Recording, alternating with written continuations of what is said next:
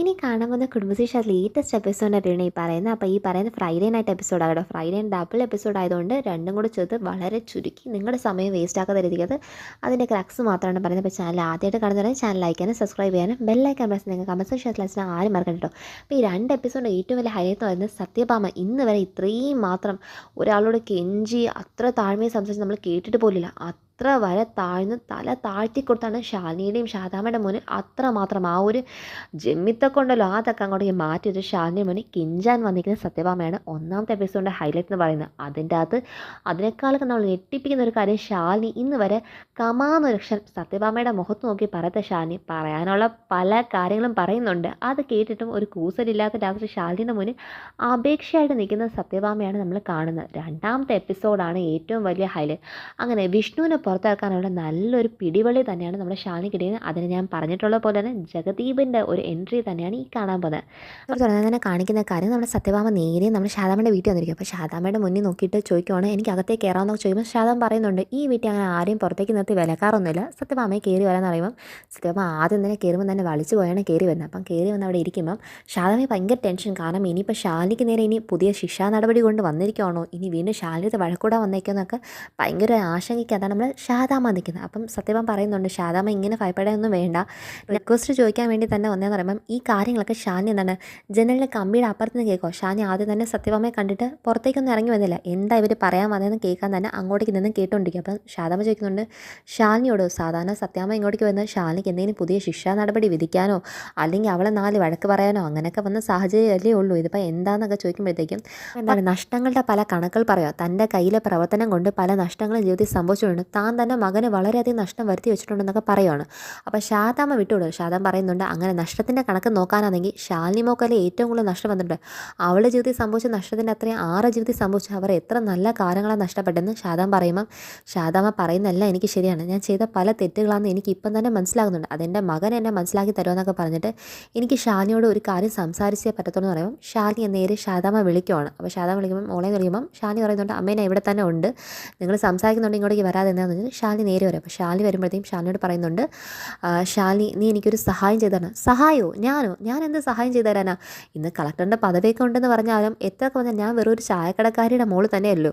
ഈ പഠിപ്പും വിവരവും വിദ്യാഭ്യാസവും കിട്ടിയെന്ന് മാത്രമേ ഉള്ളൂ. ഒരു കളക്ടർ പദവി കിട്ടിയോണ്ട് കിട്ടിയതാണ്. അല്ലാതെ നോക്കുമ്പോൾ സത്യഭാമയുടെ ഭാഷയെ പറയാനാണെങ്കിൽ തെണ്ടി കുടിച്ച് നടക്കുന്ന ആൾക്കാർ തന്നെയല്ലേ ഞങ്ങൾ.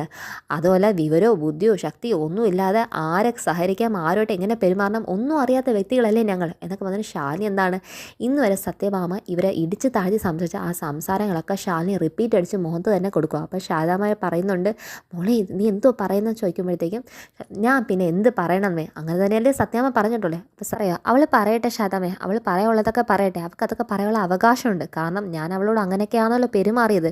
ഇന്ന് അവൾ പറയുന്നത് കേൾക്കാൻ ഞാൻ ബാധ്യസ്ഥയാണ് എന്നൊക്കെ പറഞ്ഞ് സത്യഭാമ അവിടെ നിൽക്കുമ്പം വീണ്ടും എല്ലാവർക്കും ഭയങ്കര വണ്ടടിച്ച സർപ്രൈസാണ്.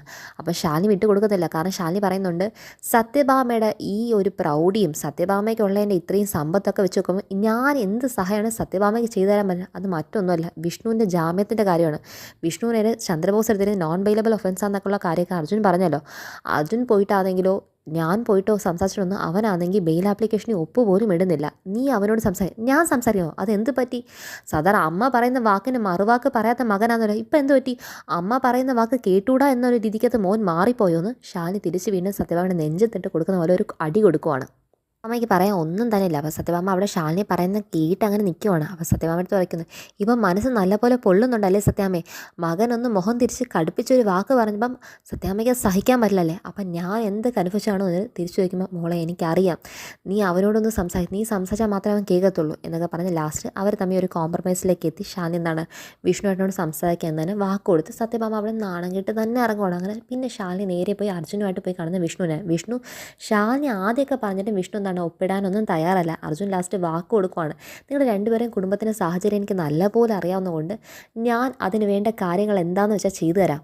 കാരണം എന്താണ് വിഷ്ണു വയ്ക്കുന്നുണ്ട് ഞാൻ ഈ ഒപ്പിട്ടൊക്കെ കൊടുത്ത് പുറത്തിറങ്ങിയിട്ട് ഞാൻ എന്ത് ചെയ്യാൻ വേണ്ടിയിട്ടാണ് എന്നൊക്കെ ശാലിനി അടുത്ത് ചോദിക്കുകയാണ്. അപ്പോൾ ശാലിനിക്ക് പറയാനൊന്നുമില്ല. വിഷ്ണുവായിട്ട് ഇത് ഒപ്പിട്ടേ പറ്റത്തുള്ളൂ. ചന്ദ്രബോസ് നമുക്ക് എടുത്തിരിക്കുന്ന കേസിനനുസരിച്ച് എനിക്ക് ബാക്കി കാര്യങ്ങൾ ഞാൻ ഓടി എല്ലാം എത്തിച്ച് ലാസ്റ്റ് ജഡ്ജി വിഷ്ണുവേട്ടൻ തെറ്റ് ചെയ്തിട്ടില്ല, വിഷ്ണുവേട്ടനെ എന്താണ് വെറുതെ വിട്ടിരിക്കുന്നു എന്ന ഒരു വിധി കൽപ്പിക്കുന്നവരെ എനിക്ക് ഓടിയേ പറ്റില്ല. ആ ഓട്ടത്തിന് ഞാൻ മുന്നിലേക്ക് നടക്കണമെങ്കിൽ വിഷ്ണുവേട്ടൻ ഉറപ്പായിട്ട് ഈ ഒരു ബെയിൽ ആപ്ലിക്കേഷനിലേക്ക് സൈൻ ചെയ്ത് തന്നേ പറ്റത്തുള്ളൂ എന്ന് പറയുവാണ്. അപ്പോൾ എന്താണ് അർജുൻ പറയുന്നതുകൊണ്ട് ഞാൻ ഈ കേസ് എന്താണ് നല്ലപോലെ ഞാൻ റെഡിയാക്കി തരാം. അപ്പം വിഷ്ണു ചോദിക്കുന്നതുകൊണ്ട് ഞാൻ ഇതൊക്കെ ചെയ്തിട്ട് എന്താ എനിക്ക് പറയാനുള്ളത്. വീണ്ടും അമ്മ പറയുന്ന വാക്കും കേട്ട് ആരോടും മിണ്ടാതെ തന്നെ ഒന്ന് ആശ്വസിപ്പിക്കാൻ പോലും പറ്റാതെ പുറത്തേക്ക് തന്നെ കിടക്കുന്ന അകത്ത് കിടന്നാണ് രണ്ട് ഒന്നല്ലെന്ന് ചോദിക്കുമ്പം ഷാലിനിക്ക് പിന്നെ മറുവാക്കൊന്നും സംസാരിക്കില്ല. അങ്ങനെ ലാസ്റ്റ് അർജുൻ വാക്ക് കൊടുക്കുവാണ്, ഈ ബെയിൽ ആപ്ലിക്കേഷൻ ഒപ്പിട്ട് കഴിഞ്ഞാൽ ബാക്കിയുള്ള കാര്യങ്ങളൊക്കെ താൻ തന്നെ സെറ്റാക്കി തരാം, സത്യഭാമയുടെ അടുത്ത് പറഞ്ഞിട്ട് അതിന് പകരമായി ഞാൻ നിങ്ങളുടെ ജീവിതം മേടിച്ചു തരാമെന്ന് അർജുൻ ഉറപ്പ് കൊടുക്കണം. അങ്ങനെ വിഷ്ണു എന്താണ് ഷാലിനിയുടെ വാക്ക് കേട്ട് അങ്ങനെ ഒപ്പിട്ട് കൊടുത്ത് ലാസ്റ്റ് വിഷ്ണുവും ഷാലിനിയും തമ്മിൽ ആ കമ്പികൾക്കിടയിൽ കൂടെ രണ്ടുപേരും ഭയങ്കര റൊമാൻറ്റിക്കായിട്ട് നിൽക്കുന്നതാണ് കാണിക്കുന്നത്.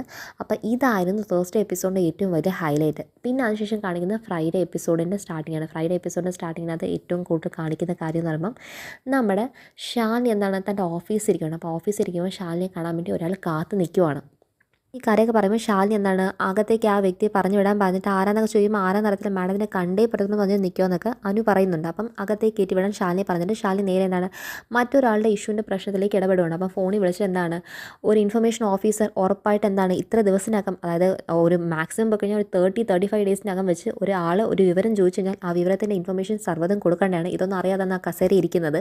പിന്നെ ഒരാൾ ജീവൻ സംബന്ധപ്പെടുത്തുള്ള ഇൻഫർമേഷൻ ആണെങ്കിൽ അത് 48 അവേഴ്സിനകം കൊടുത്തിരിക്കണം എന്നൊക്കെ ഷാലിനി എന്താണ് അവരെ നിയമം പഠിപ്പിക്കുന്നതും അത് കേട്ടുകൊണ്ടിരിക്കുമ്പോഴാണ് ഇദ്ദേഹം എന്താണ് കൈയും കുപ്പിക്കൊണ്ട് കളക്ടർ സ്ഥാനം കാണാൻ വേണ്ടി വന്നിരിക്കുന്നത് കാണിക്കുന്നത്. അപ്പം ഇയാൾക്ക് പറയാനുള്ള ഒറ്റൊരു കാര്യം എന്താണ് മകളെ വളർത്തി ആ മകൾ എന്താണ് നഷ്ടപ്പെട്ടു പോയി. അപ്പം ആ മകളുടെ മെറ്റീരിയൽ റിമൈൻസ് എന്ന് പറയുന്ന അദ്ദേഹം എന്താണ് റെയിൽവേ ട്രാക്കിൽ കണ്ടതാണ്. പക്ഷേ ആ കണ്ടതിന് ശേഷം ഇത് പോലീസുകാരും അവിടുത്തെ പോലെ തന്നെ അതിൻ്റെ ആ ഒരു മാനേജ്മെൻറ്റ് ആൾക്കാരെ എല്ലാവരും കൂടെ കൊണ്ടുപോയി അവർ സ്റ്റോർ ചെയ്ത് വെച്ച ശേഷം പിന്നെ അയാൾ അത് കാണിക്കാനോ തൻ്റെ മകളെന്ന് കൺഫർമേഷൻ കൊടുക്കാനോ ഒന്നിനും തന്നെ സമ്മതിച്ചില്ല.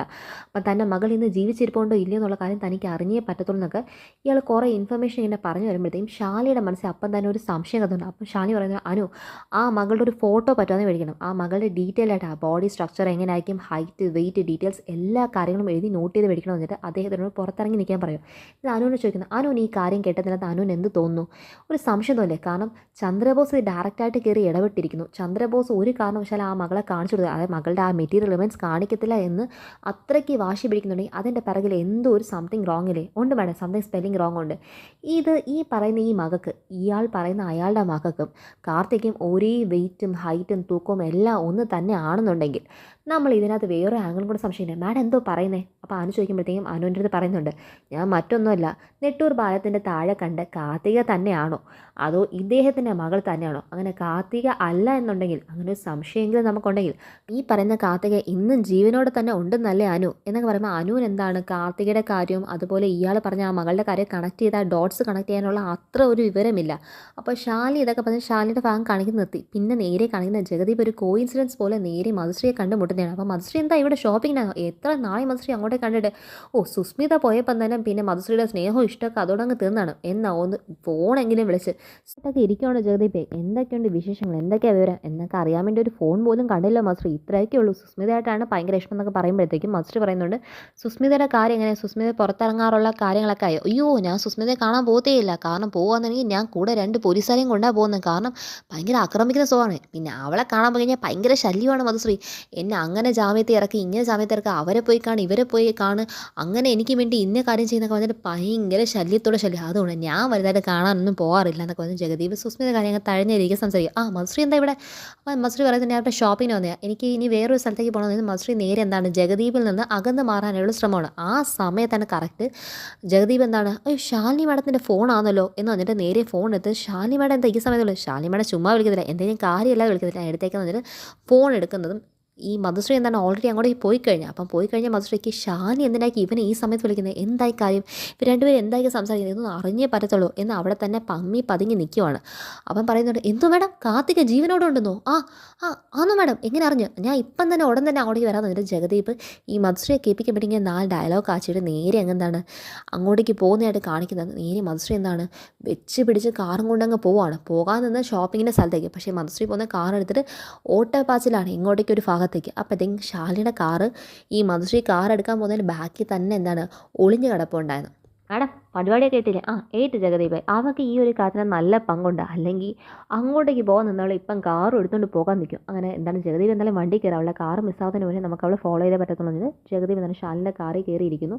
അപ്പോൾ രാമേട്ട അവൾ ഒരു കാരണവശാൽ നമ്മൾ ഈ കാർ അവളെ ഫോളോ ചെയ്യുന്നത് അവൾ കാണാൻ പാടില്ല. ആ രീതി അവളെ ഫോളോ ചെയ്യാൻ. നമ്മുടെ ജഗദീപ് ശാലിനിയോട് മധുശ്രീ ഭയങ്കര അഹങ്കാരിയാണ്. അവൾ അഹങ്കാരത്തിനകത്ത് തന്നെ PhD കള്ളത്തരങ്ങളുടെ ഏറ്റവും വലിയ PhD ആശാട്ടിയാണ്. അപ്പം സുസ്മിതയുടെ കാര്യം ചെയ്യാം. അപ്പോൾ സുസ്മിത എന്ത് ഡിഗ്രി ആയിരിക്കും ജഗദീപ് എടുത്തത് നമ്മുടെ ശാലിനി വയ്ക്കുമ്പോൾ അവൾ പഠിച്ച കോളേജ് ഇവളൊക്കെ സഹിച്ചത് കൊണ്ട് ഉയിരോടെ തന്നെ അകത്തേക്ക് പോയി കാണാനേ വകയുള്ള മാഡം എന്നൊക്കെ പറഞ്ഞിട്ട് നേരെ ഇവരെന്താണ് മധുശ്രീയുടെ കാറിനെ ഫോളോ ചെയ്യും. അപ്പം കാർ ഫോളോ ചെയ്ത് വരുമ്പോഴത്തേക്കും കാർ ഒരു ഭാഗത്ത് മധുശ്രീ നിൽക്കുമോ ഇവർക്ക് മനസ്സിലായി നമ്മളിനി ഫോളോ ചെയ്യുന്നതിന് ഷാനിക്ക് ടെൻഷൻ. അപ്പോഴത്തേക്കും ജഗദീപ് പറയുന്നത് മാഡം ഫോളോ ചെയ്യുമോ എന്ന് അവൾക്ക് മനസ്സിലായിട്ടുണ്ടെങ്കിൽ അവൾ പിന്നെ കാർ എന്താണ് ഇവിടെ നിന്ന് എടുക്കാൻ നിൽക്കത്തില്ല, അവിടെ തന്നെ ഇടത്തേ ഉള്ളൂ.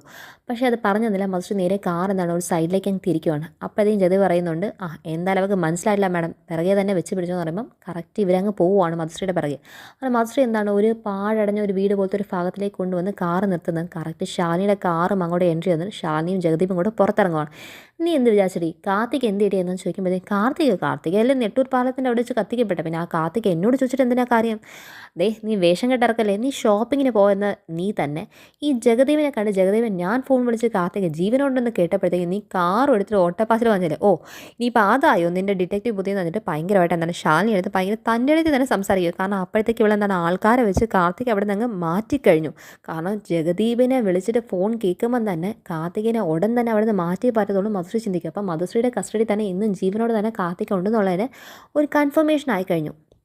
ഈ മധുശ്രീ പറയുന്ന ഒന്നും വകവയ്ക്കാതെ തന്നെ നമ്മുടെ ശാലിനിയും ജഗദീപും അവിടെ മൊത്തം അരിച്ചു പെറുക്കുമ്പം കുറച്ചെന്താണ് ഈ സ്മോക്ക് ചെയ്തിട്ട് സിഗരറ്റിൻ്റെയൊക്കെ ചെറിയ ചെറിയ ബഡ്സൊക്കെ കിട്ടുന്നുണ്ട്. അപ്പോഴത്തേക്കും ജഗദീപ് പറയുന്നത് കണ്ടോ മാഡം ഇപ്പോഴും എന്താണ് അതിൻ്റെ തീനാളം പോലും കത്തി തീർന്നിട്ടില്ല, അപ്പം അത്രയ്ക്ക് ചൂടോടെ തന്നെ ഇരിക്കണം. അപ്പോൾ ഇത്രയും നേരം ഇവിടെ ആളുണ്ടായെന്നുള്ളതിൻ്റെ കൺഫർമേഷൻ വന്നിട്ട് പറയുമ്പോഴത്തേക്ക് ഇവിടെ മൊത്തം അരിച്ച് പെറുക്കിക്കൊണ്ടിരിക്കുന്നതാണ്. ശാലിനി അരിച്ച് പെറുക്കുന്ന കാണുമ്പോഴത്തേക്കും മധുശ്രീ കുറച്ച് ടെൻഷനൊക്കെ ആവുന്നുണ്ട്. പക്ഷേ ഇതുവരെയാണ് ഈ കാണാൻ പോകുന്ന ഫ്രൈഡേ എപ്പിസോഡിൻ്റെ ഇനി സാറ്റർഡേ എപ്പിസോഡിൻ്റെ സ്റ്റാർട്ടിങ് തുടങ്ങുമ്പോൾ തന്നെ കാണിക്കുന്നത് ശാലിനിക്ക് കിട്ടുന്നത് മധുശ്രീ എന്താണ് കാർത്തികേയനെ അവിടെ നിന്ന് മാറ്റി. പക്ഷേ കാർത്തികയുടെ കയ്യിൽ ഈ പറയുന്ന സത്യഭാമ കൊടുത്ത ബ്രേസ്ലെറ്റ്, ആ ബ്രേസ്ലെറ്റ് എന്താണ് ശാലിനിക്ക് അവിടെ നിന്ന് കിട്ടുമ്പം കാർത്തിക ജീവനോടെ ഉണ്ടായിരുന്നു. ഇത്രയും നേരം ഇവിടെ തന്നെ കാർത്തികനെ പൂട്ടിയിട്ടിരിക്കുക എന്നുള്ളതിൻ്റെ ഒരു കൺഫർമേഷൻ കിട്ടുന്നതാണ് സാറ്റർഡേ എപ്പിസോഡ് ബിഗിനിങ് തന്നെ കാണിക്കാൻ പോകുന്നത്.